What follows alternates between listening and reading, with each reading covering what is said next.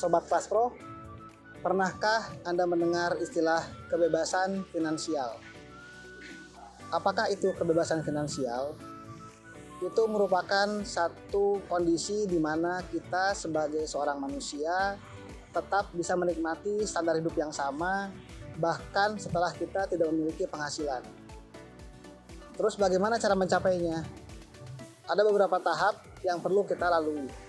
Yang pertama adalah nilai diri kita sendiri, berapa banyak nilai harta dan uang atau aset yang kita miliki saat ini. Berapakah tabungan kita, berapakah penghasilan kita, dan berapa pula kewajiban kita. Kemudian setelah itu, tetapkan tujuan kita. Akan di manakah kita mencapai yang namanya kebebasan finansial tersebut. Apakah 10 tahun, 20 tahun, atau di masa pensiun nanti. Nah, kemudian setelah kita menetapkan waktu yang menjadi target kita, berikutnya kita perlu meningkatkan simpanan kita. Pendapatan kita yang rutin, setelah kita sisihkan untuk membayar kewajiban rutin dan biaya-biaya rutin, kita tabung. Kemudian dari tabungan tersebut kita tingkatkan lagi nilainya dalam bentuk apa? Sebagian untuk investasi. Nah, dari nilai tabungan dan investasi tadi, kemudian kita gunakan di tahap berikutnya, yaitu segeralah lunasi utang-utang kita. Kalaupun belum bisa melunasi, kurangilah dengan mencari cara untuk menurunkan beban bunganya, dan perlahan-perlahan kemudian kita kurangi nilainya hingga bisa saja nilainya menjadi 0. Kalaupun belum menjadi 0, yang penting bisa kita kelola dengan baik utang-utang kita. Nah, setelah kita bisa mengelola utang-utang kita bisa tingkatkan lagi di tahap berikutnya, yaitu selain untuk digunakan dalam membayar kewajiban kita, uang yang tadi kita tabung dan kita investasikan, bisa kita belikan lagi aset. Dalam bentuk apa? Dalam bentuk aset-aset tetap yang akan kita nikmati di saat kita mencapai target kebebasan finansial tadi. Kita bisa beli rumah, kita beli aset yang lain, atau kita bisa beli properti untuk dikontrakan, sehingga di saatnya tiba nanti kebebasan finansial akan kita capai. Nah, kemudian untuk mencapai kekayaan diri, apa yang perlu kita lakukan?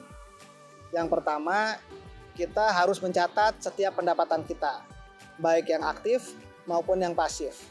Yang aktif seperti apa? Yang aktif berasal dari gaji atau upah yang kita terima.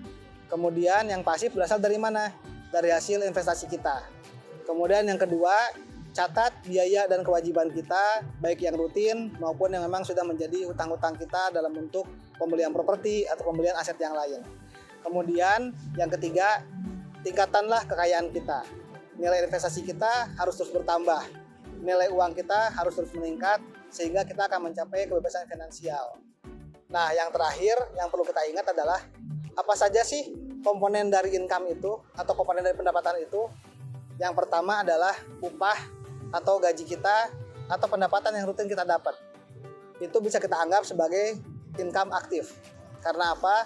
Kita berupaya keras untuk mencapainya, berupa penghasilan dari gaji atau dari aktivitas yang lain. Kemudian ada pendapatan yang pasif. Pasif seperti apa? Ada 3 hal yang bisa kita dapat. Yang pertama adalah pendapatan dari portofolio.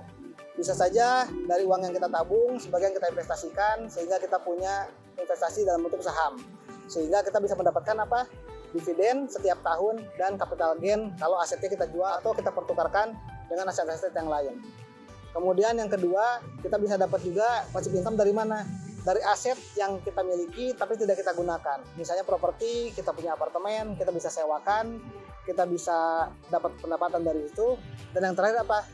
Hasil investasi otak kita. Otak kita juga bisa menjadi sumber passive income dari mana? Dari pelatihan yang kita ikuti, dari pengalaman kerja yang kita miliki, kita bisa kembalikan dalam bentuk apa? Dalam bentuk sharing knowledge, dalam mengisi pelatihan-pelatihan. Sehingga apa? Kita bisa mempercepat kebebasan finansial yang kita harapkan. Demikian Sobat Kelas Pro, terima kasih, salam kompeten.